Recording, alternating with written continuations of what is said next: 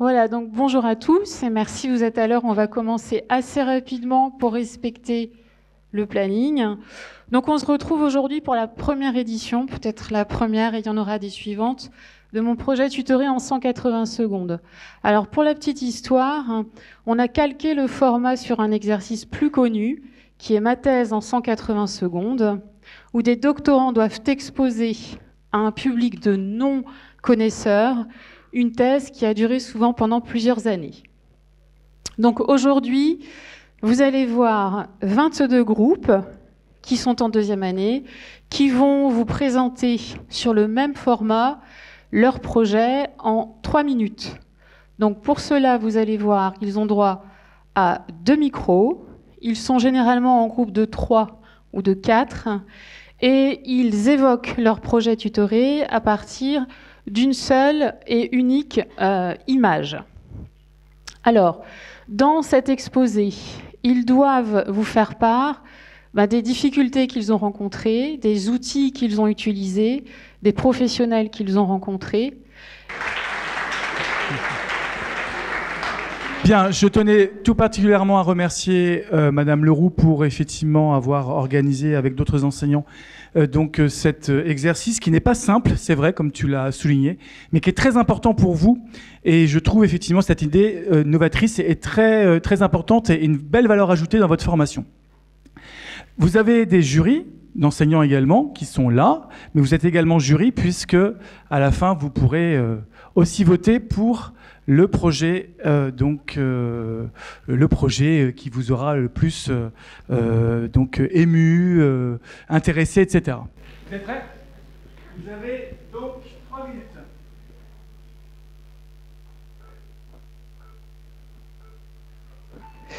Bonjour à tous. Connaissez-vous le film Labyrinthe? Sans doute. C'est un film de science-fiction qui ressemble bel et bien à notre projet. Je vais vous expliquer l'histoire de ce film afin de bien comprendre cette belle comparaison. Des jeunes se retrouvent dans l'enceinte d'un labyrinthe. Ils doivent tout faire pour trouver une issue. Ils ne se connaissent pas. Leur parcours sera semé d'embûches. Nous sommes donc un groupe de 5 étudiants au total. Nous ne nous connaissions pas du tout au tout début de ce projet. Et une fois lancé, pas de retour en arrière. Agathe, pourrais-tu nous en dire plus ? En ce début d'année, notre porteuse de projet avait pour ambition d'installer des gîtes éco-responsables en Martinique, mais tout restait encore à faire. Notre mission est donc de l'accompagner dans ses démarches, c'est-à-dire de l'aider à trouver le bon chemin. Nous avons donc dû, avec beaucoup de volonté, nous avons réussi à trouver le bon chemin. Et maintenant, je vais laisser Léa parler de la démarche. Donc au début, quand on a pris connaissance du projet, on s'est senti un peu comme les personnages de ce film, c'est-à-dire qu'on était un peu perdus, on ne savait pas trop par où commencer. On a voulu aller trop vite et on s'est un peu perdu, mais grâce à notre professeure référente, elle était là pour nous aider, pour nous guider. Donc on a fait comme dans le film, on s'est organisé, on s'est réparti les tâches et on a travaillé étape par étape. Donc ça nous a permis de tracer un chemin à suivre. Donc au 3e semestre, on a étudié la faisabilité de l'entreprise. Et au semestre 4, on a travaillé sur la partie financière. Souvenez-vous, dans ce film, chaque nuit, celui-ci change. Il faut savoir que pour ce type de projet, il n'existe pas de plan défini. Il y en a bien des objectifs précis à atteindre, mais en fonction des ambitions de notre porteur de projet, on peut être amené à les changer. C'est un projet qui demande de l'écoute, de l'échange, et aussi de savoir rebondir face aux difficultés. Et c'est vrai qu'on en a eu, Agathe. La première difficulté que nous avons rencontrée concerne les recherches liées à la fiscalité en Martinique. Comme dans l'histoire du labyrinthe, cela n'a pas été facile, comme pour notre groupe, mais avec de la volonté, une belle cohésion d'équipe et de la recherche, nous avons réussi à surmonter cette épreuve. C'est vrai qu'on a réussi à surmonter cette épreuve, mais on a eu un autre problème, c'est quand on a travaillé sur le financement. Chaque semaine, on pensait faire les choses correctement, être sur le bon chemin, et la semaine d'après, on se rendait compte qu'on était dans une impasse, il fallait revenir en arrière. Mais ça n'a pas été négatif, bien au contraire, ça nous a permis de nous remettre en question, de remettre en question notre travail, et ça nous a permis de l'améliorer. Donc c'est vraiment un projet qui nécessite de la réflexion, et c'est très stimulant. Pour conclure, si vous voulez rejoindre la formidable aventure, il faudra être organisé, prévoyant, savoir communiquer. Si vous voulez vous sentir utile et résoudre des problèmes, ce projet est fait pour vous. Ainsi, si vous vous retrouvez dans tous ces critères, il n'y a aucun doute, vous trouverez la sortie du labyrinthe.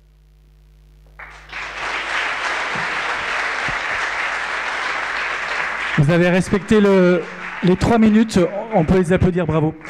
Ça fait partie effectivement des projets de créa, ce qu'on appelle des créations, des reprises d'entreprises. On a à peu près un quart des projets tutorés de deuxième année qui font partie de projets de créa ou de reprise d'activité. D'accord ? Merci à vous 3. Merci beaucoup. Deuxième projet. C'est parti. Souvenez-vous de la dernière vague qui est arrivée sur vous. Par vague, je parle d'une multitude de tâches que vous avez effectuées en temps restreint et que vous devez réussir. Face à cette vague, plusieurs enjeux. Par vague, je parle du mois de décembre lorsque vous devez concilier vos partiels du vendredi à l'après-midi, sans oublier de rendre vos dossiers sur lesquels vous avez mis des mois auparavant à préparer. Bien entendu, vous connaissez le dernier moment. Face à cette vague, deux solutions. Soit vous décidez d'y aller au talent, et vous risque de courir cette vague, soit vous décidez de trouver les ressources nécessaires pour être prêt à surfer sur cette vague. Là est tout l'enjeu de notre projet, c'est pourquoi nous organisons un colloque sur la psychologie positive au travail. Nous partons donc d'une matière, d'un concept, d'une doctrine que vous connaissez bien et dont mon collègue vient de vous parler, la psychologie positive. Je ne vais pas vous faire une définition de cette matière étant donné que vous la connaissez mieux que moi et que vous avez largement approfondi ce sujet lors de votre partiel de janvier. Pour être bref, il s'agit de s'interroger sur les façons dont les entreprises peuvent mettre en place une dynamique positive au travail, donc pour augmenter leur performance, leur productivité, mais surtout et avant tout le bien-être des individus au travail. C'est pourquoi nous avons choisi d'organiser un colloque, donc un colloque avec des professionnels en psychologie positive et des DRH pour instaurer justement cette dynamique positive dont je vous ai parlé. Au départ, nos ambitions étaient grandes, c'est-à-dire faire un rassemblement national, inviter une personne de Bordeaux, de Paris et de Grenoble. Cependant, quand nous avons su que c'était à nous de financer les trajets des participants, notre enthousiasme a pris un coup sur la tête. Heureusement, nous avons utilisé les concepts de la psychologie positive afin de pouvoir récolter des fonds pour ce projet. En effet, au départ, nous pensions récolter énormément d'argent pour pouvoir financer au moins un trajet du participant de Paris. Hélas, avec 65 €, nous n'avons pu financer qu'un aller du trajet de la personne de Paris. Rajouter à cela le fait qu'on a effectué ce car wash sous un beau mois de novembre, qu'on a cassé mon aspirateur et qu'on n'a pas eu le temps de terminer de laver la voiture de Monsieur Hervé. Cette opération fut un franc succès.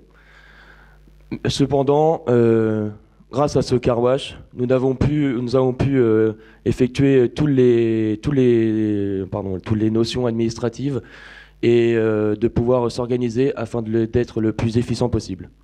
On a utilisé énormément d'outils de gestion pour s'organiser. De Trello à Gantt, sans oublier ce bon vieux tableau Excel, on a utilisé beaucoup d'outils de gestion pour mettre en place ce projet des plus ambitieux. Et du coup, Josiah, j'ai une question pour toi. Si on fait un résumé de notre projet, est-ce que tu penses qu'on s'est mangé cette vague en pleine face et qu'on a réussi à sortir sur celle-ci? Au début, c'était un peu difficile parce qu'on ne se connaissait pas, on ne savait pas par où commencer, on ne savait pas comment travailler de manière optimum, mais lorsque cette vague est apparue sur nous, on a réussi à surfer sur celle-ci. Merci à tous.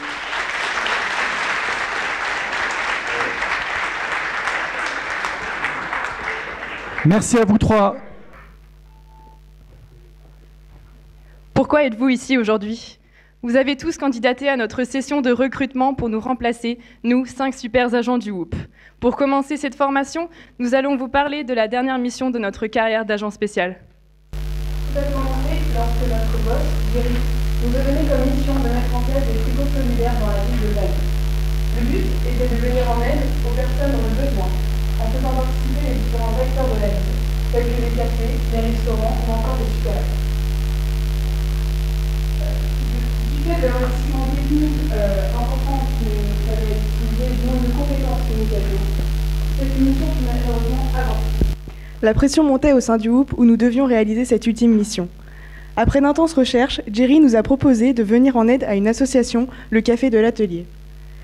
Cette mission était pour nous une première car nous n'avions jamais travaillé dans le milieu associatif. D'un commun accord, les objectifs de cette mission furent élaborés. Organiser la soirée du Nouvel An, créer un site internet, créer une base de données. Pour mener à bien cette mission, nous avons utilisé plusieurs gadgets. Un planning de Gantt, une carte mentale Mindview, un logiciel de planification Trello et un questionnaire Sphinx. Tous ces outils étaient indispensables à la réalisation de cette mission. Grâce à l'agent spécial Boucher, nous avons réussi à la mener à bien.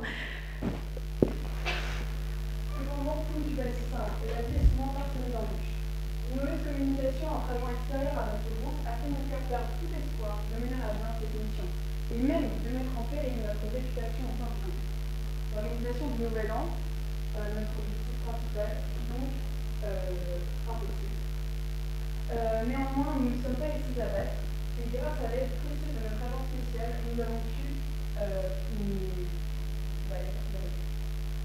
En effet, l'agent spécial Boucher nous a guidés dans la réalisation du site internet, qui était notre objectif secondaire.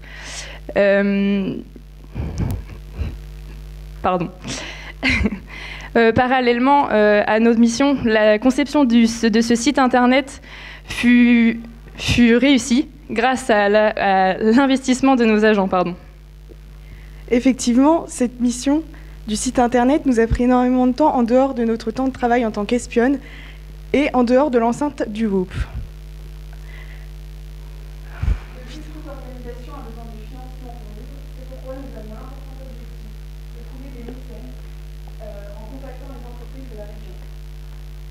Nous sommes désolés, nous devons vous laisser. Jerry nous appelle pour une urgence.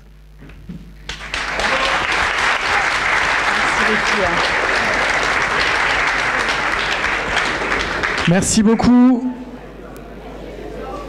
pour cette présentation. C'était le café de l'atelier.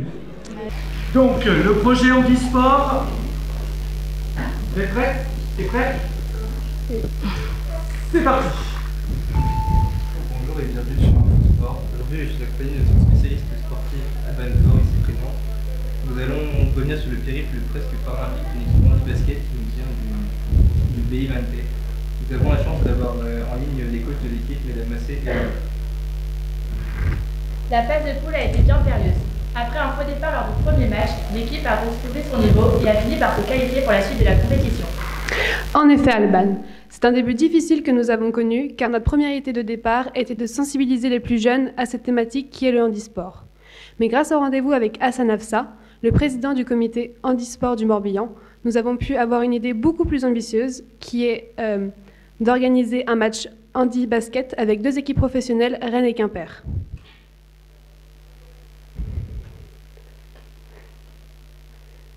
Malgré tout ça, l'équipe s'en est pourtant bien sortie pour la suite, en se qualifiant pour la suite de la compétition. Néanmoins, il semble que vous allez lui mettre un système en place. Vous avez lequel de vous deux, est-ce que ça vient? Eh bien, en fait, cette idée vient de nous tous. Grâce à notre cohésion d'équipe, notre travail d'équipe, nous avons pu nous organiser beaucoup plus facilement pour notre projet. Donc notamment grâce à la répartition des tâches, mais aussi grâce aux outils méthodologiques qui nous sont mis à disposition, comme Gantt et Trello, qui sont des atouts indéniables pour la gestion de projet. Malgré toute la volonté du monde, la réussite dépend parfois de facteurs extérieurs. Un joueur de notre équipe a dû partir et c'était une personne très avantageuse dans les échanges externes. Donc malgré cela, nous avons quand même réussi à nous qualifier pour la demi-finale grâce à un 3 points. En effet, Alban, une étudiante de notre projet a donc quitté la formation au cours de l'année. C'était un élément très important pour nos échanges extérieurs avec nos facteurs de notre projet. Cependant, nous n'avons pas baissé les bras et nous avons continué nos recherches. Et donc, nous avons continué la recherche de sponsors. Et donc, à la fin de cette recherche de sponsors, nous avons trouvé un sponsor officiel qui nous a donné la somme de 1 000 €. Malgré une certaine avance lors de ce match, une dernière barrière s'est placée devant vous, il me semble. Vous pouvez m'en dire plus, Madame Massé? En effet, tout projet a beaucoup d'obstacles et c'est quand nous pensions avoir trouvé le bon club pour accueillir notre événement que tout s'est écroulé. Un problème majeur s'est donc mis face à nous et donc nous avons dû tout annuler. Nous avons donc continué nos recherches et donc nous ne devions pas baisser les bras. Nous attendons donc avec impatience cette finale. Quelques détails sont encore à peaufiner afin de réussir à monter sur la première marche du podium. Si l'équipe décroche la médaille d'or, cela va promouvoir le handisport en France et va permettre de lui attribuer la place qu'il mérite dans le milieu du sport. Nous vous...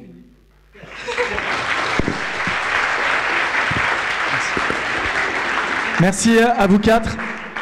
Donc c'était le projet handisport. Je sais que dans cet amphi, vous rêvez tous du vendredi après-midi, votre petit rendez-vous partiel à vous les premières années, après avoir bien stressé toute la semaine pour de la théorie. Mais moi, ce que je vais vous proposer, c'est un projet plus concret, un peu comme partir à l'aventure. C'est ainsi que débuta l'histoire de 6 étudiants partis à la conquête du monde professionnel, du monde créa d'entreprise plutôt. Vous vous demandez pourquoi une montagne? Eh bien, nous allons vous l'expliquer. C'est à la rentrée dernière que commença leur histoire, lorsqu'ils rencontrèrent le grand guide, monsieur porteur de projet, qui leur donna un objectif quasi inatteignable, gravir le mont Créa. C'est ainsi que débuta leur ascension, crampons aux pieds et crochets en main. Avant de nous lancer dans notre aventure, vous vous doutez bien qu'il a été nécessaire d'établir un plan afin de gravir la montagne et pour bâtir notre projet. Évidemment, qui irait gravir une montagne sans équipement approprié? Le projet en question consista à accompagner un jeune entrepreneur et à l'aider à créer un restaurant dans la zone de l'Arroiseau, une zone industrielle qui, je pense, vous le connaissez peut-être, car elle est située à Vannes. Donc dès le début du mois de septembre, nous avons donc réuni des informations sur les fournisseurs, les clients, les concurrents de la zone, afin de créer un questionnaire dans le cadre de notre enquête. Donc cette enquête s'avérait évidemment très importante, puisqu'évidemment, sans elle, la suite de l'aventure n'était pas possible.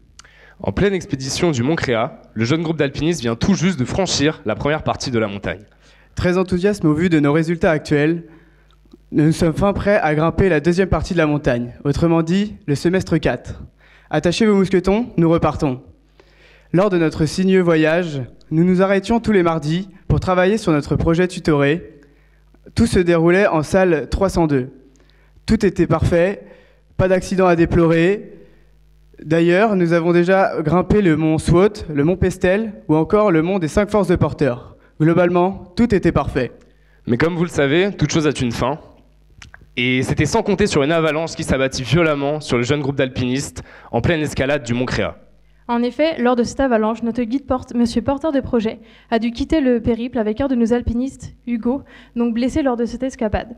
En effet, donc, nous nous retrouvons donc seuls face à ce grand périple, sans plan ni repère. Bloqués dans la neige, une fois l'avalanche arrêtée, nous avons alors déployé toutes les forces qui nous restaient donc pour sortir de cette montagne de neige qui nous avait ensevelis.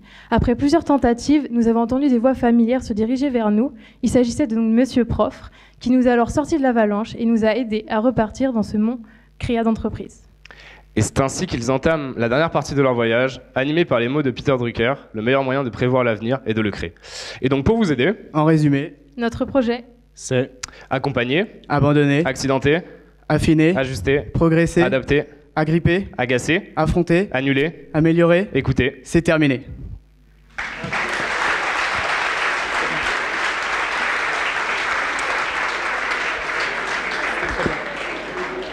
Merci à vous. Donc c'était le projet Créa, je préfère manger à la cantine. C'est bon. Eh mais au fait, vous m'avez pas raconté, ça s'est passé comment de voyage au Maroc, c'était cool? Oui, c'est vrai, on m'a pas raconté. On a fait des trucs tellement incroyables. Tout a commencé à l'aéroport de Nantes, on a Nathalie a pleuré au décollage. Puis après, on est arrivé chez Malika, la présidente de l'association. Elle nous a servi avec beaucoup. Ouais, c'est plutôt du sucroté en fait, Gaston. Et concernant les plats, on a mangé pas mal de dîners variés les uns des autres. En arrivant mercredi, premier repas, tagine. Et après, le jeudi, c'était un tagine. On a mangé quoi le mémoire? De mémoire, tagine. Ah non, le vendredi c'est couscous. Par contre, samedi, tagine. Ah oui. Après, on a fait la découverte de l'association avec les enfants. Et le petit Walid avec qui on va bien tarder. Ah oui, d'ailleurs, tarder, c'est un mot de Malika, ça ne va pas tout et surtout rien dire en fait. On peut l'utiliser n'importe quand, comme ce qu'on fait dans des dessins animés. D'ailleurs, Malika, sacré personnel. Mais il y avait aussi Nawa et Eva, les services civiques. Grâce à tout ce voyage, elle a été plus que mémoire. Ce voyage, c'est aussi plein de découvertes, comme les gens de la Desse, la cascade avec de la boue. C'est aussi des soirées sympas, comme le Nouvel An dans une valise, ou encore des soirées endiablées autour d'un jeu de cartes. On a aussi eu la chance d'aller dans le désert et de sympathiser avec des dromadaires. Sauf Chloé, vu qu'elle a pleuré. Mais pourquoi déjà Elle a fait se faire bouffer, non? Ah oui, par un bébé dromadaire. Et puis la journée s'est terminée autour du feu avec les soirs.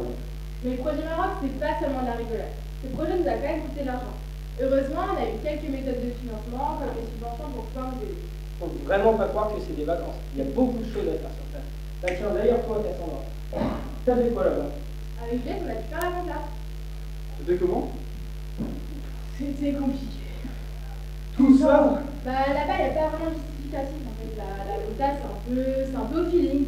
Mais vous avez fait quoi déjà? Avec mon pote Baptiste, on a fait des budgets prévisionnels. C'était très sérieux et très rigoureux. On s'est tout de suite très bien entendu. Avec Monica. D'ailleurs, on s'est préparé, vous le savez toujours pas. Et avec le reste du groupe, on a aussi pu faire les flyers et préparer toutes les activités pour les enfants. Et malgré ça, on s'est pas trop reposé, parce que les nuits étaient vraiment torrides. Entre les ronflements de Juliette et les murs qui tremblent avec les monologues de Tiffen, et pour conclure le tout, les respirations de camionneurs de Nathalie, c'était pas de tout repos. Mais bon, le meilleur moment du voyage, ça reste quand même la perte de Nathalie dans Warzazat. Parce que oui, Nathalie, elle a eu la bonne idée d'aller chercher un stage dans un hôtel. Malheureusement pour elle, ça n'a pas fonctionné. Elle s'est dit quoi, Nathalie? Où est-ce que je vais les rejoindre? Bah dans un souk. Évidemment, j'étais la seule du groupe à ne pas avoir de 4G. Résultat, qu'est-ce qu'elle fait? Elle nous envoie un message depuis la maison. On a donc passé 2 heures. Oui.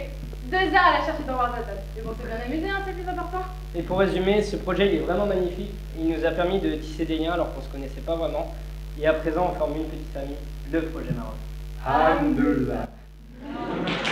Bravo, merci.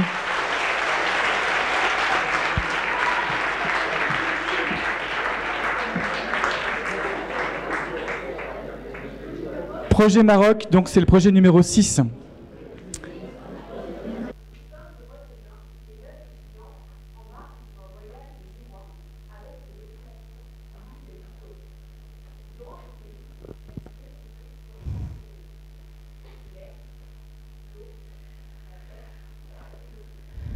Pour prendre le large, moi, l'air, je vais les aider. C'est le vent Céline Leroux et la brise Brochurieux qui vont guider leur embarcation vers l'horizon. Au début du mois de septembre, les aventurières avaient besoin de soutien pour continuer à avancer. Ainsi, elles rencontrèrent le vent Michel Cabaret et Bastien Lucas, qui allaient les aider à naviguer. Soutenues par ce nouveau vent, les navigatrices continuent leur voyage, portées par ces vents bienveillants.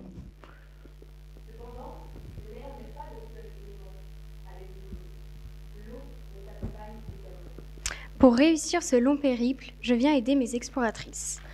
Pour arriver à destination de l'île, je les porte vers le détroit Crédit Agricole, puis vers la mer Cédès.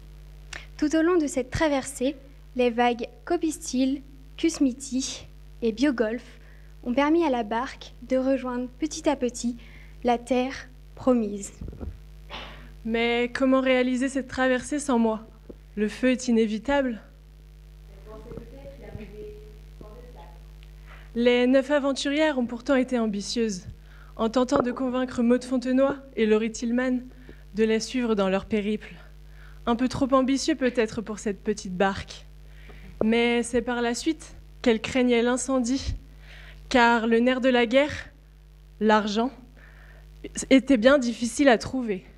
Leur chemin vers de multiples moyens financiers eut du mal à démarrer. Et c'était sans compter sur les quelques allumettes que tenaient certains potentiels partenaires.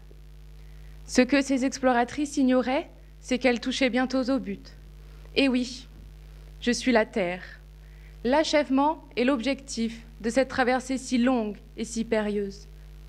Je suis impatiente de les accueillir et d'être en leur compagnie, le samedi 16 mai à 18h15, au sein du siège du Crédit Agricole de Vannes. J'aperçois au loin leur bateau, ainsi que celui des diplômés, qui accosteront mon île d'ici peu. Ma terre, si rare et si précieuse, n'ouvre ses bras qu'une seule fois par an, à ceux qui le méritent.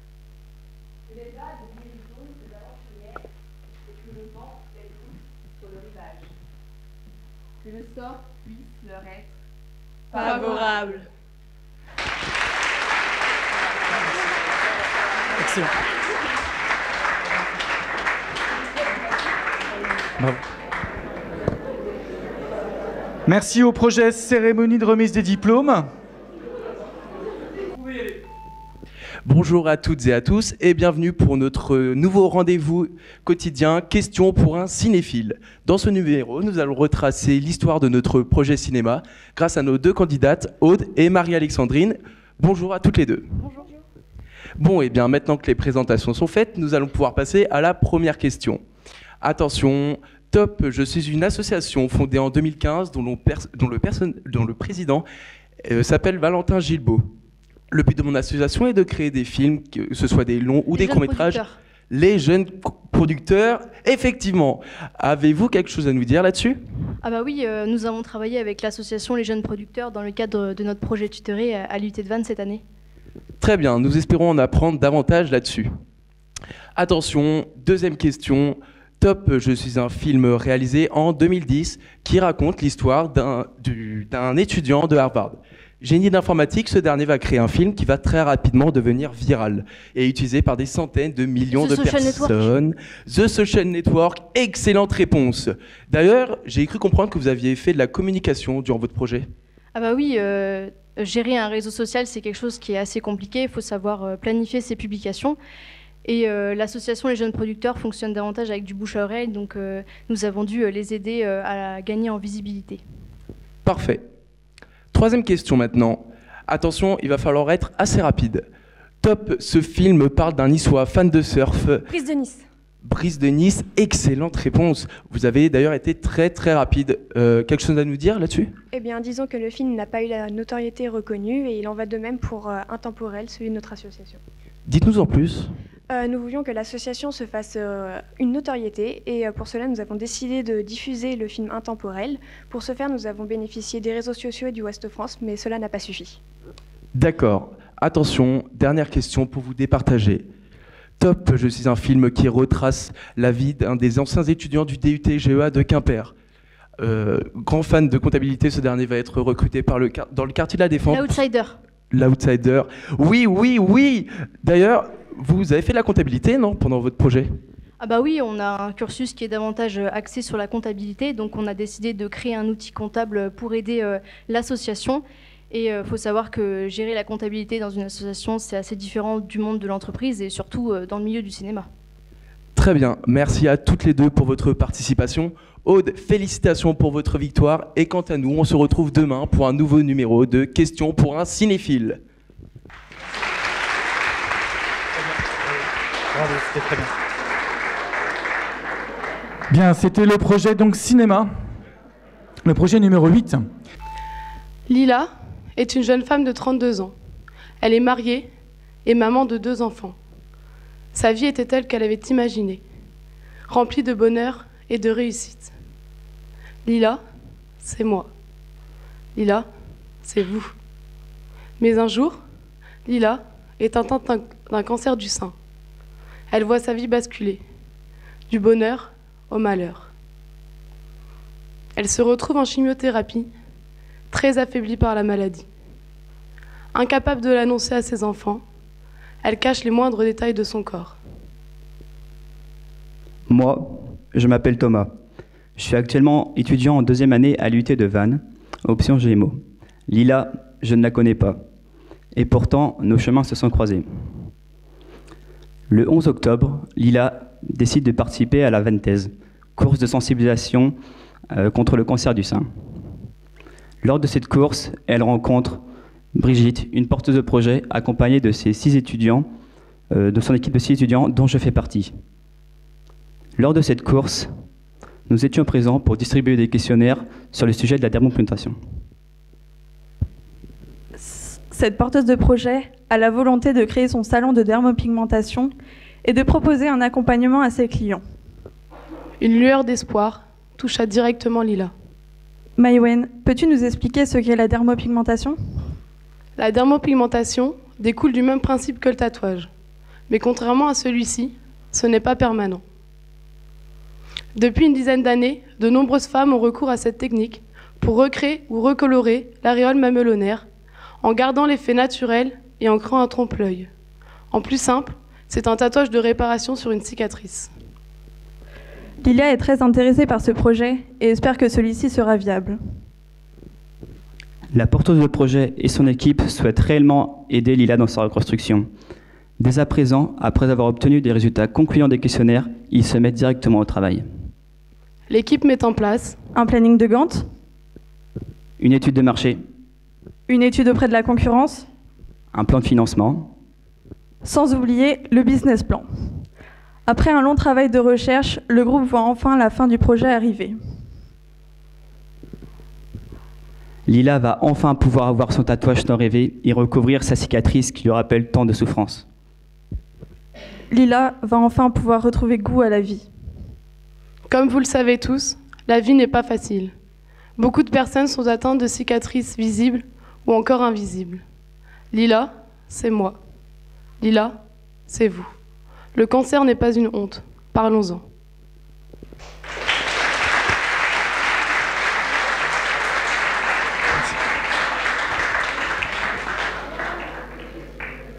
Bien, c'était le projet numéro 9, Salon de dermopigmentation, un projet créa. Bonjour à tous et bienvenue sur Koh-Lanta, entre terre et mer.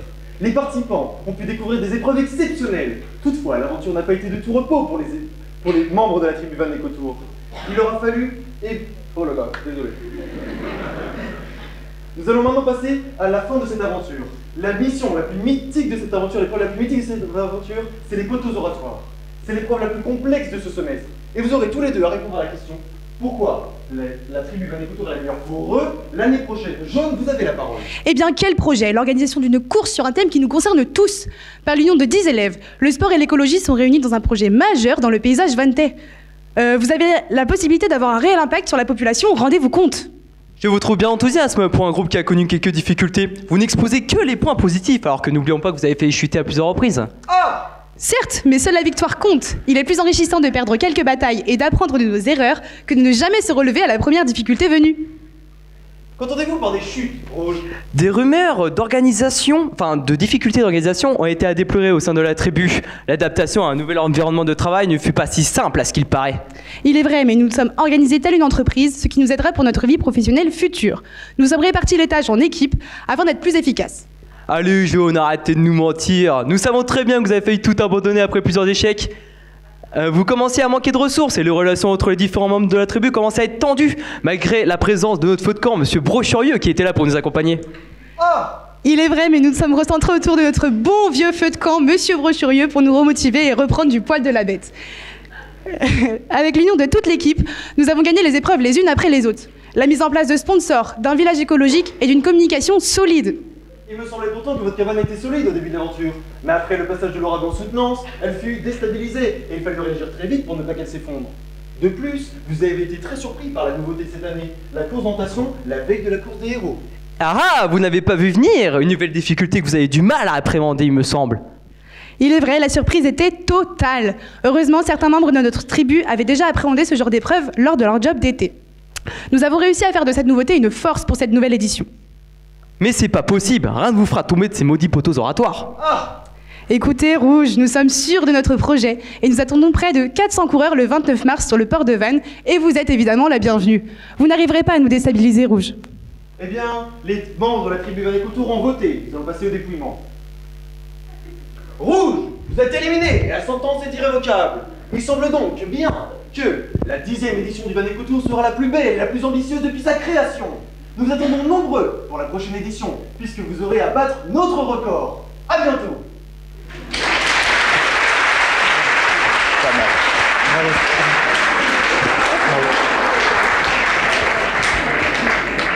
Bien, c'était le projet numéro 10, Van Écotour. Bonjour à tous. Alors tout d'abord, si vous me le permettez, j'aimerais reprendre la réplique de Tom Hanks dans son film Forrest Gump. La vie, c'est comme une boîte de chocolat. On finit toujours par tomber sur de l'alcool. L'alcool, on le croise toujours dans nos soirées, que ce soit dans notre verre ou dans celui d'un ami. On connaît tous quelqu'un de près ou de loin qui a été victime de cette boisson. Il suffit de voir l'état de certains le vendredi matin pour comprendre que certaines limites ont été franchies. Pour certains, choisir de boire, c'est bien se conduire. Or, à notre échelle, nous pouvons changer les choses pour que demain, un ami, un voisin ou une connaissance comprenne que c'est choisir de conduire pour ne pas boire. ASSAGE, Association vantaise de sensibilisation sur l'alcoolisation chez les jeunes. 5 lettres qui peuvent changer votre vie. Alors vous aussi, prenez le pouvoir et intervenez au plus près des différentes soirées étudiantes pour changer les choses. Expérimentez la vie associative, découvrez différents logiciels, mettez en place des tableaux de bord qui vous aideront à piloter l'association et surtout, utilisez vos compétences d'étudiant en GEA pour lutter contre le binge drinking. Binge drinking, ce terme vous est d'ailleurs peut-être inconnu. Vous l'avez sûrement déjà expérimenté lors de vos soirées. Vous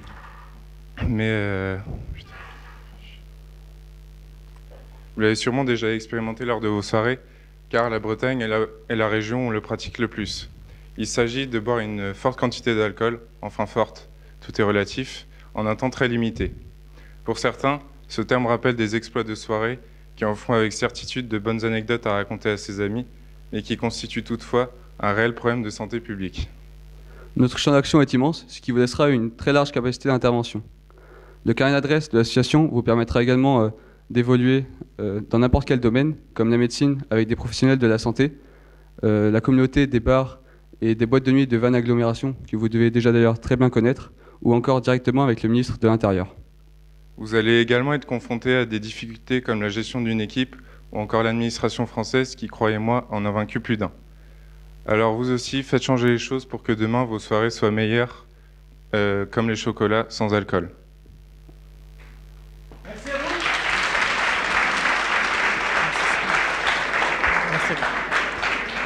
C'était donc le projet Binge Drinking, c'est donc le 11e, et donc on est à la moitié des soutenances de projet en 3 minutes. On va passer.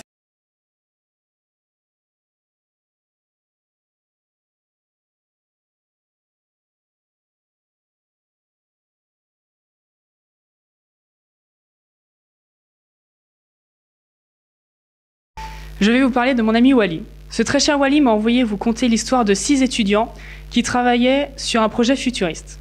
Le robot sentimental ne veut pas que la Terre devienne cet amas de déchets qu'il connaît. Cette fameuse histoire commença au mois de septembre 2019, où ils rencontrèrent enfin leur commanditaire. Cette dernière, du nom de Madame Pamar, veut créer sa propre association. Bonjour, je suis Madame Paumé. Je souhaite recycler les déchets professionnels pour les transformer en de nouvelles matières premières, dans le cadre de l'économie circulaire dans le pays d'Auray. Pour cela, j'ai un certain nombre de collègues qui ont diverses compétences avec moi et nous souhaitons former une association. Et j'aimerais bien travailler avec vous sur des questionnaires et une prospection téléphonique. Nos intrépides étudiants mirent en place des outils de gestion tels que le logiciel Trello ou le planning de Gantt, afin de réaliser un questionnaire qu'ils utilisèrent de ce pas auprès des déchetteries et des carrières. Oui, bonjour. Nous sommes un groupe de 6 étudiants à l'UT de Vannes en GEA. Et oui, c'est une étude dans la gestion. Et on souhaiterait faire une enquête sur les déchetteries et carrières du pays d'Auray. Est-ce que vous auriez quelques minutes à nous accorder? Quelques minutes, c'est-à-dire, parce que je suis un peu occupé, vous voyez. Ce sera pas long, seulement 5 minutes. Bon, d'accord, mais soyez bref. Concernant vos déchets, est-ce que vous les recyclez? Ça dépend, vous savez, les déchets, c'est là, il y a les plastiques, les encombrants, les métalliques. Je ne peux pas vous répondre. D'accord, pas de problème. Et au niveau prix? Je ne peux pas vous le dire, c'est confidentiel. Ok, est-ce qu'on pourrait avoir un de vos supérieurs ou quelqu'un d'un peu plus qualifié? Vous êtes incompétent, c'est moi mon supérieur. Au revoir. Malgré les difficultés, nos valeureux étudiants persévérèrent dans leur quête d'information. Oui, bonjour. Nous sommes un groupe de 6 étudiants en GEA à l'UT de Vannes. Non, les étudiants, j'en ai marre, vite pénalisés, au revoir. Après tant de difficultés, il est temps pour nos héros de rendre des comptes à Madame Paumé. Alors, qu'est-ce qu'il en est de cette prospection? En fait, on a pu contacter beaucoup d'entreprises. On a eu quelques difficultés parce que soit ils ne pouvaient pas nous répondre, soit ils n'avaient pas le temps, ou soit ils n'étaient pas qualifiés. Donc au final, on a eu 2 réponses sur l'ensemble des questionnaires. Ah, d'accord. On va voir ce qu'on va pouvoir faire au semestre 4 avec le prochain questionnaire. Il y a Catherine et Jean qui nous ont rejoints dans le projet. Et Jean est un restaurateur sur Vannes. Par contre, je ne sais toujours pas trop pour la forme juridique et j'ai pensé à une 40aine de lignes de production. D'accord, on va voir ce qu'on peut faire avec toutes ces informations. Guidés par la mission de Wally et jamais découragés, nos ambitieux étudiants vont à nouveau quémander auprès d'autres entreprises, mais les déchetteries n'entendront plus parler d'eux.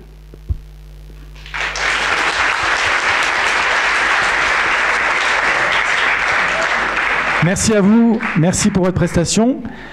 Voici Brigitte, 50 ans et 4 enfants. Son passe-temps favori, la consommation. Elle aime acheter dans de grands supermarchés qui s'en mettent plein les poches. Donc elle est détestée par-dessus tout, des produits bio et locaux. Et ça, c'était avant. Aujourd'hui, Brigitte remet ses principes en question et pense adhérer à l'association de la COP des Vénètes. Et demain, elle pourra faire ses courses dans un supermarché coopératif et participatif. Il se construit aujourd'hui dans le pays vantais. Intermarché disait « tous unis contre la vie chère ». Ça, c'est qu'un slogan. Mais est-ce que représente vraiment la réalité? Pas vraiment. Aucun consommateur n'est uni quand il fait ses courses à Intermarché. Contrairement à un magasin comme la COP des Vénètes. Mais qu'est-ce qu'un supermarché coopératif et participatif? C'est d'avoir accès à des produits bio et locaux à moindre prix. Comme dit Lidl, le vrai prix des bonnes choses. Quelle blague! Effectivement, Lidl ne produit pas de produits bio et locaux et de bonne qualité. Certes, les prix sont abordables, mais est-ce que les produits viennent d'à côté de chez vous? Et surtout, est-ce qu'ils sont bons? En tout cas, les produits sont sûrement de moins bonne qualité que ceux qui seront présents pour la COP des Vénètes.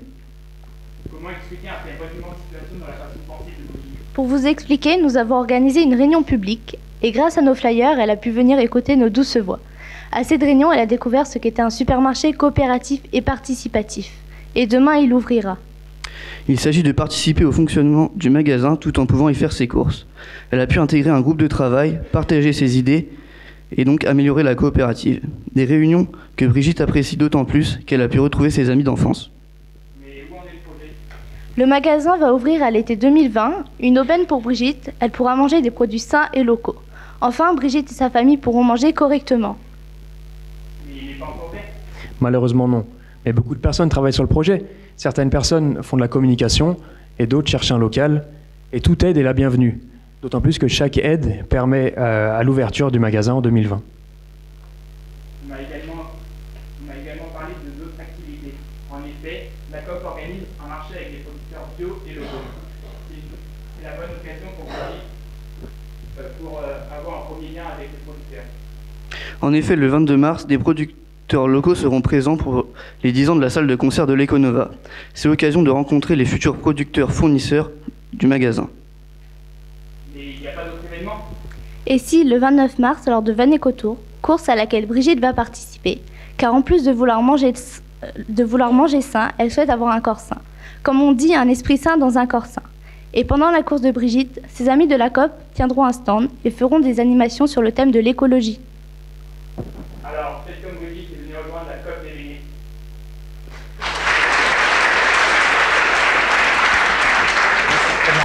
Bonjour à tous. Aujourd'hui, je vais vous présenter un trou noir. Savez-vous ce que c'est? Alors un trou noir, grosso modo, c'est le vide, le néant. Pourquoi je parle de trou noir aujourd'hui? Tout simplement parce que cette définition, c'est en tout cas avec notre projet. Alors tout au long du projet, on a eu des idées, des envies, mais qui malheureusement n'ont pas servi. Donc au final, notre projet s'est construit autour de notre soutenance, car tout simplement rien n'a été fait. Oui, il faut dire que même notre titre n'est pas complet. Non mais arrêtez les gars, ce n'est pas ce qu'on doit leur dire. Ce projet nous a appris beaucoup de choses quand même, n'est-ce pas Pauline? En effet, notre projet tutoré concerne la COP des Vénètes, une association souhaitant assurer à ses futurs clients de la qualité avec des produits locaux. Cette association souhaite ouvrir un supermarché coopératif et participatif dans le secteur de Vannes. Tout le long de notre projet, nous avons établi un planning qui s'appelle Gantt, qui nous a permis d'établir toutes nos tâches à effectuer tout le long de notre projet. Oui, enfin, ce Gantt, il faut avouer que c'est un peu au jour le jour. C'est limite. Bon, vous ne connaissez pas encore le Gantt, mais vous allez voir ça l'année prochaine. Vous allez voir, c'est très passionnant. Enfin voilà, nous sommes un groupe de 6 étudiants et nous avons eu l'aide de notre commanditaire Monsieur Pierre, ainsi que notre tutrice Madame Roudot pour coordonner l'ensemble de notre projet. Nous avons pu visiter différentes coopératives et préparer des documents de gestion pour aider l'association. Grâce à ces visites, on a eu de nouvelles idées qui, encore une fois, n'ont pas servi. Mais comme a dit Roosevelt, il est dur de rater, mais il est pire de rien tenter pour réussir. C'est vrai que c'était assez compliqué. Il faut dire que ce projet était particulier. Vous savez-vous ce qu'était un supermarché coopératif avant aujourd'hui? Eh bien moi je vais vous le rappeler. C'est un supermarché dont les coopérateurs ont des actions dans celui-ci. Ils participent à l'organisation de la coopérative en y travaillant 3 heures par mois. Grâce à cette définition, on s'est posé la question, qu'est-ce qu'on fait?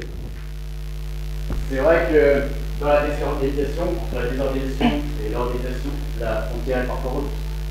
Ainsi, à la suite de cela, plusieurs idées nous sont venues, telles que réaliser des paniers alimentaires ainsi qu'une conférence pour faire la communication de la coopérative. On a pu également évaluer quelques indicateurs comme les coûts, le mix marketing et l'analyse financière de l'association. Même si au départ on ne se connaissait pas vraiment, on a quand même bien réparti les tâches au sein du groupe. Marie et Valentine sont davantage portées sur les points marketing, Guilherme et Michael sur la gestion financière et Lisa et moi-même sur les coûts des paniers et des logiciels. Mais bon, on va pas se mentir, t'es quand même vachement feignant. Bah, tu peux parler, toi qui avais jamais ton ordinateur avec toi. C'est vrai, c'est vrai. Non, ça, c'est pas sa faute. Faut avouer que parfois, dans le désordre, on retrouve de l'ordre, comme disait Victor Schroeder. Cher Bullier. Ainsi, cela nous a permis de travailler sur un projet concret pendant plusieurs mois et en équipe. Et puis, aujourd'hui, il nous reste encore beaucoup de choses à accomplir, beaucoup de choses à faire, sûrement beaucoup de choses à commencer. Mais bon, on a une projection le 16 mars, on vous dit bisous et à plus. Bravo! Merci. Sur le fil du rasoir, bravo. À vous, merci. Merci.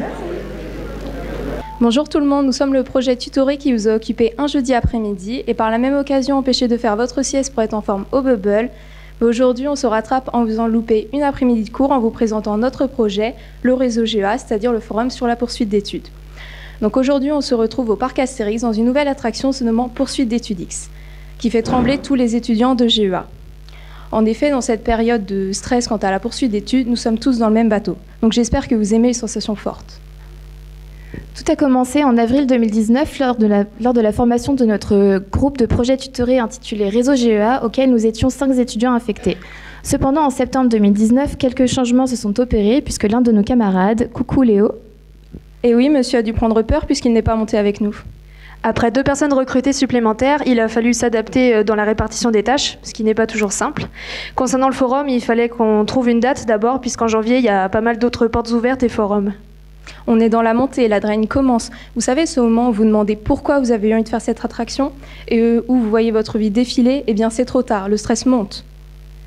Avant de commencer à contacter les établissements présents, nous voulions bien évidemment que chacun d'entre vous soit satisfait de votre après-midi et que vous puissiez également discuter avec l'école de vos rêves. D'où le sondage que nous avons gentiment demandé de remplir en début d'année. Après avoir reçu vos réponses, il a fallu contacter les établissements, puisqu'ils sont quand même le pilier de notre projet. Et puis... Attention, la descente arrive, les sensations vont enfin commencer. Organiser un forum étudiant n'est pas si simple puisqu'il faut tout d'abord s'organiser avec l'UT mais aussi avec les intervenants ainsi que mettre en place des stands ou encore organiser des conférences en amphithéâtre. Cependant, c'est très intéressant, d'autant plus que vous avez aussi l'occasion de discuter davantage avec les écoles qui vous plaisent. Après la descente, place à la montée. Et oui, quand on croit que c'est terminé, ça recommence. Et oui, le jour du forum, nous avons fait face à quelques imprévus, notamment une école qui finalement n'est pas venue, et ça sans nous prévenir. C'est pour ça que quand on organise ce genre d'événement, il faut être attentif, parce que parfois, malgré plusieurs relances, les écoles ne répondent toujours pas. Et oui, on l'a perdu au passage, on a eu droit à des secousses. Nous avons également mis en place une page Instagram permettant de publier des vidéos d'anciens étudiants GEA de l'IUT de Vannes afin qu'ils vous présentent leur parcours, et de publier des informations notamment relatives aux portes ouvertes. D'ailleurs, j'espère que vous nous suivez tous sur la page. Pour les étudiants qui reprendront le projet l'année prochaine, vous aurez accès à notre page Instagram et à l'adresse email qu'on a créée, parce que maintenant, vous n'avez peut-être plus grand-chose à faire. Ah si, les partiels sont de retour le vendredi. Vous devrez notamment utiliser la plateforme Trello et aussi le planning de Gantt. Nous sommes de retour au point de départ. Merci pour votre écoute et à bientôt dans Poursuite d'études X.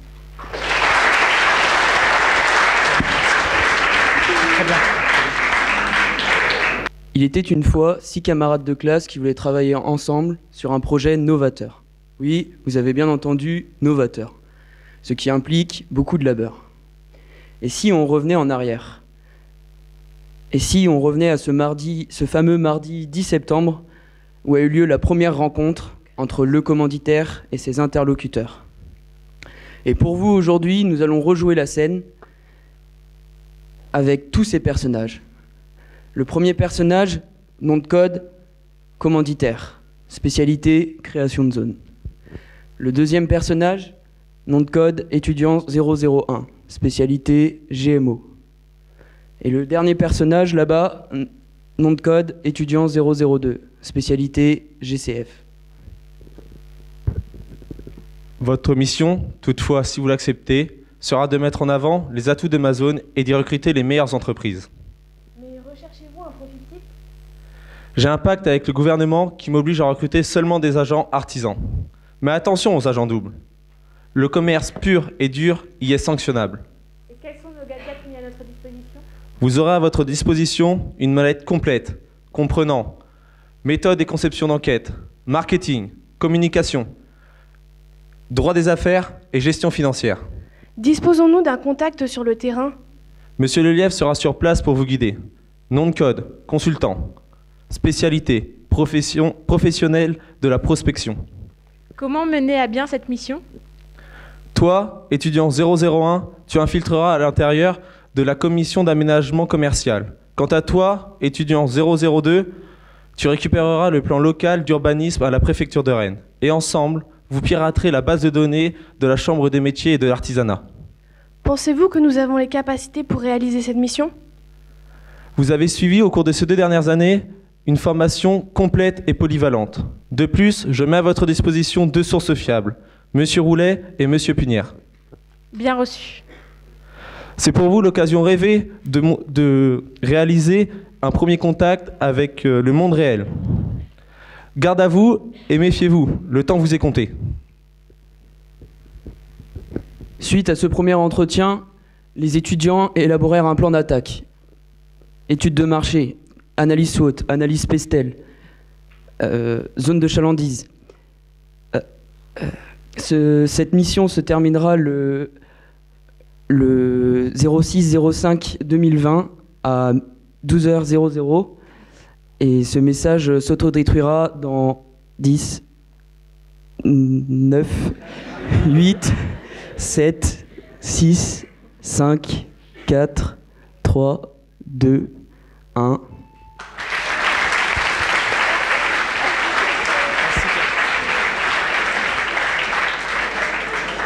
Merci bien, c'était bien.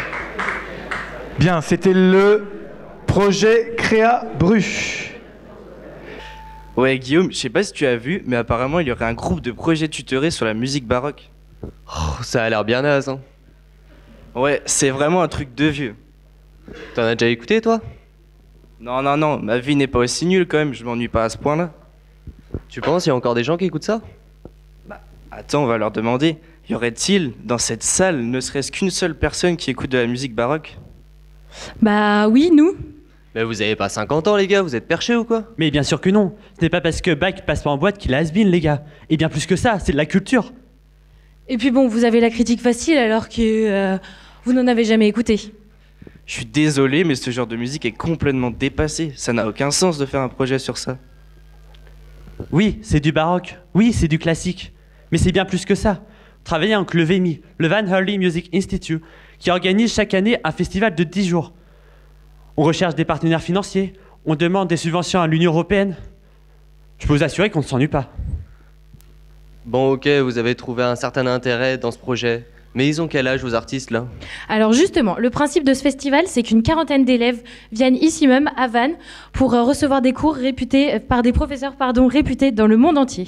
Ils offrent des concerts gratuits et ouverts à tout le monde toute la semaine.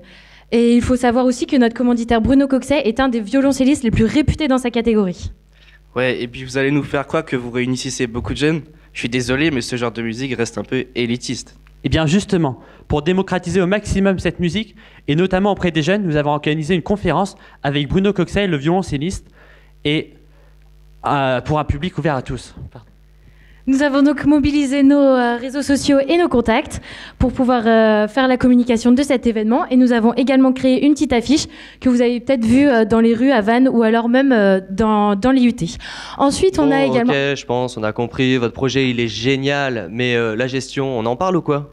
Bah justement, parlons-en. Organisation, planification, communication, gestion de projet. Je peux vous dire, on n'a pas chômé. Et en plus de ça, on a rencontré énormément de personnes influentes. Ouais. Et puis vous nous parlez d'Europe, mais qu'avez-vous fait? Mais je vous l'ai dit, on a organisé et demandé des subventions à l'Union européenne. C'est plusieurs centaines de milliers d'euros qu'on cherche à obtenir. Et c'est bien plus que ça. On offre au VMI l'opportunité de voir plus loin, l'opportunité de voir plus grand, et surtout l'opportunité de monter sur cette scène européenne. Waouh! Démocratisation de la musique baroque, aide à l'association, subvention européenne. Ah, moi je vais vraiment faire ça l'année prochaine. Hein. J'avoue, en fait, ça a l'air cool. Hein. Moi, je vais aller DM Bruno.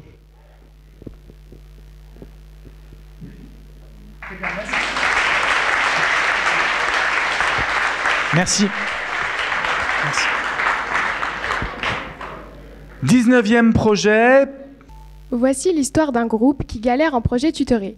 L'idée de notre projet est d'organiser un événement pour l'association Le Printemps de l'entreprise. Nous avions carte blanche sur le fond et la forme. Seul critère, fédérer les étudiants, les enseignants et les professionnels. Mais voilà, les idées on n'en manque pas. Encore faut-il qu'elles soient bonnes et validées par le commanditaire. Idée numéro 1. Alors moi j'avais pensé à inviter le trader de la Société Générale, Jérôme Kerviel. Ça claque, non ? Super idée, il a fait perdre 5 milliards d'euros à la Société Générale et il a fini en prison. On peut quand même mieux trouver comme sujet. Ok, next. Idée numéro 2. Pour rester dans les têtes d'affiche, moi je verrais bien un grand PDG qui a réussi, comme par exemple Sébastien Bazin ou Alain Flelou. Pas fou à Flelou, il commence à avoir de l'âge, hein. Mais plutôt bien Bazin, il a bien réussi. Seul bémol, tu penses réellement qu'il va venir sans être payé parce que le budget, on l'a pas trop. Oh, doucement. Vous pensez qu'aux têtes d'affiche en fait, hein, mais ça n'apporte pas vraiment de la valeur ajoutée aux participants. Non, vous êtes trop dans le paraître. Ce qui compte, c'est pas les têtes d'affiche, c'est le thème et ce que ça apporte aux participants. Il faut qu'ils en ressortent grandis, changés. Tu as raison, Célia. D'ailleurs, j'avais réfléchi sur différents thèmes. On pourrait parler du blockchain ou encore l'éducation aux médias, l'environnement ou même le bien-être au travail. Oui, ça me paraît bien, le bien-être au travail. C'est d'actualité et ça concerne tout le monde. Selon une étude, pour 80% des gens, les relations avec les collègues seraient ce qui contribue le plus au bien-être au travail. Et pour 71%, ce seraient les relations avec l'encadrant. Après plusieurs mois de discussions acharnées sur le sujet de l'événement, nous sommes enfin fixés et avons eu du pain sur la planche en termes d'organisation. Il reste maintenant plus que quelques détails à peaufiner et je vous laisse observer le résultat. Un événement sous forme d'atelier, c'est quand même beaucoup plus vivant, attractif qu'activant, ou qu'une seule personne qui parle lors d'une conférence. Puis d'ailleurs, les activités sont très originales. Enfin bon, normalement on ne devrait pas le dire, c'est une surprise, mais bon, des activités mêlant des chevaux, des arts martiaux et des exercices d'introspection, excusez-moi, mais on n'en voit pas tous les jours. C'est clair. En plus, c'est un événement atypique et dans un lieu mystérieux jusqu'au jour J pour que chaque participant sorte de sa zone de confort, c'est quand même pas ordinaire. En plus, ça va permettre aux étudiants de se projeter eux-mêmes sur le monde du travail. C'est tout bénef pour eux. Et puis même, ils vont pouvoir rencontrer des professionnels. C'est top. Morale de l'événement, apprendre à travailler sur soi-même avant de travailler avec les autres. Morale de notre projet, être dans le bien-être avant d'être dans le paraître. Vous l'aurez compris, si vous aimez créer des événements, laissez parler votre imagination pour des projets sans limite, en dehors du budget bien sûr. L'accompagnement de l'association du Printemps de l'entreprise est fait pour vous. Et surtout, on vous attend le lundi 16 mars à 19h.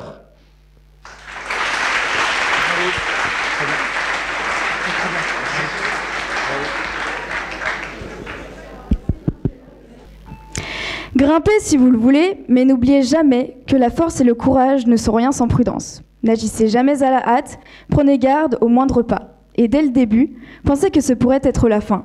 Ainsi, Edward Whymper a évoqué il y a des années sans le vouloir le projet des Oscars. Quoi, mais ça a commencé, tu m'as pas prévenu. Mais il n'y a plus de place, moi je m'assois où ? Juin 2019, nous descendons du bus à la station Projet-Tut et chaussons nos skis. Nous glissons et arrivons à la station Oscar du Morbihan où nous rencontrons l'un de nos moniteurs, Loïs Pierre, qui nous accompagnera tout au long de notre périple. Octobre 2019, nous entrons dans le vif du sujet et rencontrons notre principale monitrice, Armelle Coulm. Nous pensions être sur une piste verte, mais elle s'est avérée être plus foncée. Ah, donc c'est une piste rouge. C'est exact. La recherche du jeune skieur est une piste difficile à appréhender, mais nos moniteurs ont toujours été là pour nous encadrer et nous pousser au-delà de nos limites. Novembre 2019, l'ascension devient difficile et le manque d'oxygène commence à se faire ressentir. De plus, nous avons appris que l'un de nos artificiers a quitté le projet. Mais excusez-moi, c'est quoi un artificier ? Vous savez, ce sont ces personnes qui, par précaution, déclenchent les avalanches. Et à cause de ce risque, nos moniteurs ont dû fermer temporairement la piste. Mais heureusement pour nous, la tempête est passée. Armés de nos raquettes, gants et trélos, nous avons redoublé d'efforts pour atteindre le sommet. Janvier 2020, arrivés au refuge, nous constatons que nos efforts n'ont pas été vains. En effet, 4 jeunes skieurs nous ont rejoints. Après ce moment de répit et une bonne raclette, nous reprenons notre ascension en quête d'étudiants afin de faire connaître la station Oscar du Morbihan. Février 2020. Le sommet est très proche, mais les derniers efforts sont compliqués. Mobiliser les étudiants pour assister à la soirée est plus compliqué que ce que nous avions imaginé. un élément les empêche de nous rejoindre, la distance. En effet, indépendamment de notre volonté, le lieu sélectionné pour la cérémonie est la station Palais des Congrès de Lorient. Cependant, nous avons tout mis en œuvre pour faire connaître cette station peu connue auprès des jeunes skieurs. Mais vous pensez réellement que leurs efforts seront suffisants? Justement, en parlant d'efforts, 11 février 2020, c'est le jour J. Et dans quelques heures, nous serons au sommet du mont Oscar. Nous prenons le télésiège qui nous mène à la station Palais des Congrès de Lorient pour les derniers entraînements. Ça y est, nous sommes enfin au sommet et des Oscars sont attribués aux meilleurs skieurs. Mais ils nous parlent de récompenses. Mais elles consistent en quoi? Les skieurs les plus innovants sont récompensés, les jeunes skieurs obtiennent un ourson, les skieurs confirmés reçoivent un flocon, et enfin les skieurs professionnels reçoivent une étoile. C'est grâce à la réussite de ce voyage que nous avons l'opportunité de vous raconter notre histoire devant vous aujourd'hui. Nous sommes très fiers du chemin parcouru et espérons que le mont Oscar sera à nouveau grimpé par de nouvelles équipes de skieurs.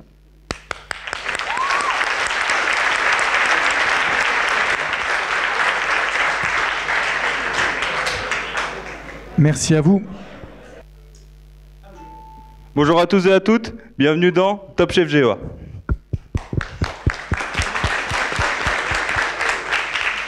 Faisons un pas vers le futur avec notre thème du jour, Projet Créa. Vous disposez de 28 semaines pour mener à bien votre recette. Pour cette première épreuve, vous êtes 180 candidats, répartis par équipe de 3, constitués au hasard, et vous devez procéder par étapes. Pour cette première épreuve, nous allons suivre une équipe, l'équipe Amusette. Morgane Etchebest, membre du jury, va m'accompagner à la rencontre de nos candidats. Exactement Maxime, allons voir l'équipe Amusette. Céline, qu'as-tu à nous dire sur l'organisation de cette épreuve? Alors, dans un premier temps, nous avons pris connaissance de nos qualités respectives pour se répartir au mieux les tâches. Étape 1, prendre contact avec notre chef de brigade, Maria Le Frappeur, qui avait un projet à nous confier. Étape 2, choisir au mieux les ingrédients pour réussir notre recette. 100 g d'Excel, 50 centilitres d'Access, 400 g de Trello, 3 cuillères à soupe de réseaux sociaux et enfin une pincée de Google Drive. Étape 3, mélanger le tout et commencer à cuisiner. Merci Céline. Maxime, je vois que tu es en présence d'un autre coéquipier. Qu'as-tu à nous dire sur cette épreuve? En effet Morgane, je suis avec Liam qui va nous parler un peu plus de l'épreuve. Alors Liam, quels sont tes ressentis? Pour moi, une recette réussie a toujours besoin d'optimisme. Pour cela, nous avons fait preuve d'une bonne coordination, ce qui nous a permis une grande organisation. En effet, on se déléguait les tâches avec grande rapidité et une très grande efficacité. Notre curiosité, atout important pour cette recette, nous a poussé à ajouter un soupçon d'imagination, ce qui a transformé le plat en un réel délice. Merci.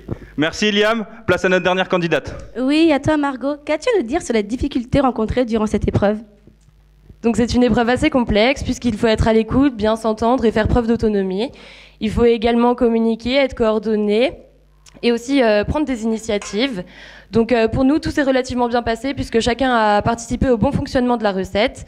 Cependant, celle-ci a connu quelques petites défaillances. En effet, de petits grumeaux sont apparus, notamment au niveau du contrôle qualité. De plus, il est parfois difficile de joindre les fournisseurs ou d'avoir des retours sur nos demandes. Malgré cela, nous pensons que nous avons parfaitement réussi cette épreuve et nous sommes prêts pour les prochaines. Merci et merci à tous les candidats de l'équipe Amusette de nous avoir présenté leurs recettes. C'est la fin de l'épreuve pour tous les candidats. Pour notre part, on laisse la recette reposer, on l'enfourne et elle ressortira en avril. Une petite épicerie de crêpes et galettes dans le centre-ville de Lorient, la crêpe Amusette. Nous étions des apprentis et nous sommes de vrais chefs. Merci à tous, à la semaine prochaine et je vous laisse avec la météo d'Evelyne Delia.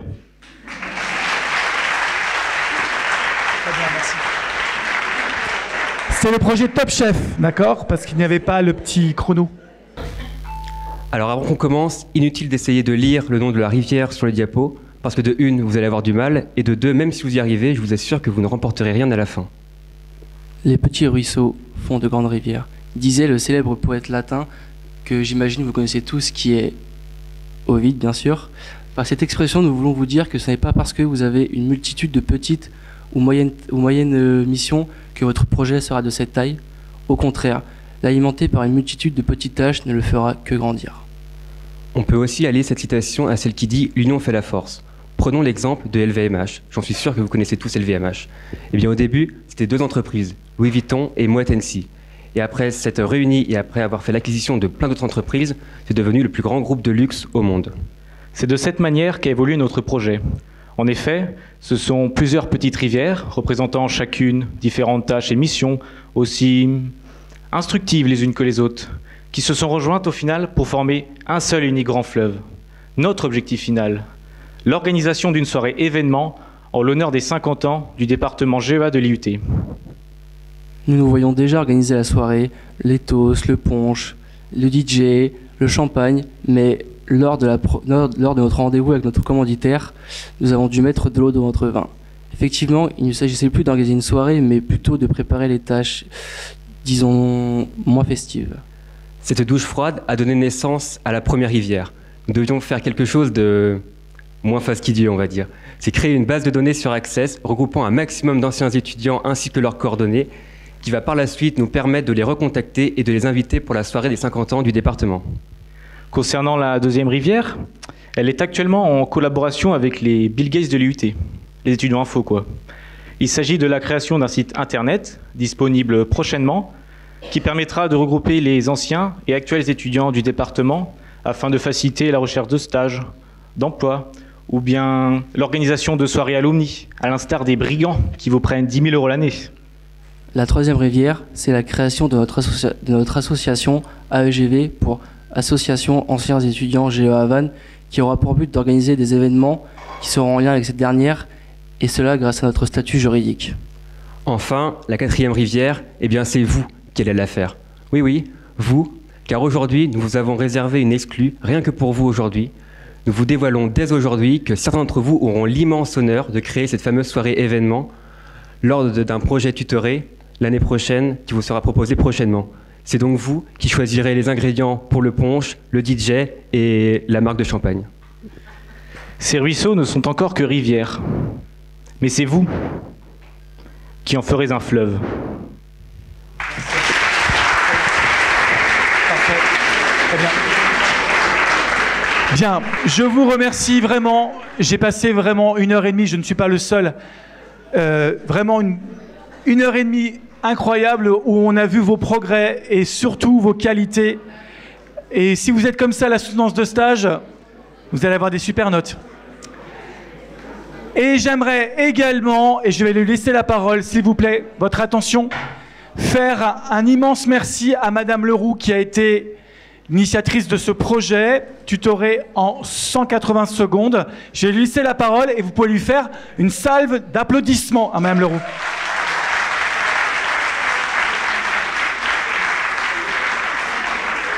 Merci Céline. Alors, je vous demande juste... Donc, s'il vous plaît, une toute petite minute d'attention, le temps que M. Brocherieux installe le dispositif et que vous ayez tous des petites télécommandes. Donc, je vous montre... Chut, s'il vous plaît. Donc, je vous ai dit tout à l'heure que vous alliez élire non pas le projet qui vous plaît, mais la performance qui vous a paru la plus convaincante. Je vous rappelle 3 préceptes qu'on trouve dans les traités de rhétorique. Un bon discours, une belle prestation. C'est une prestation, premièrement, où l'orateur a réussi à vous instruire et à vous informer. Deuxièmement, un bon discours, c'est un discours où l'orateur a réussi à vous plaire. Et troisièmement, c'est le must, si l'orateur a réussi à vous émouvoir, je ne sais pas, alors il a réussi son discours. Au regard de ces éléments, vous avez votre programme sous les yeux. On vous demande de choisir un projet et quand ce sera prêt, de taper le numéro qui correspond au projet sur le programme. C'est bon. Tout le monde a voté. Alors, je vais vous faire participer. Chut, s'il vous plaît. Et vous allez faire le roulement de tambour vous-même sur l'amphi. C'est la première fois que vous aviez droit, hein, donc profitez-en. Vous êtes prêts? Roulement de tambour. Le projet gagnant Et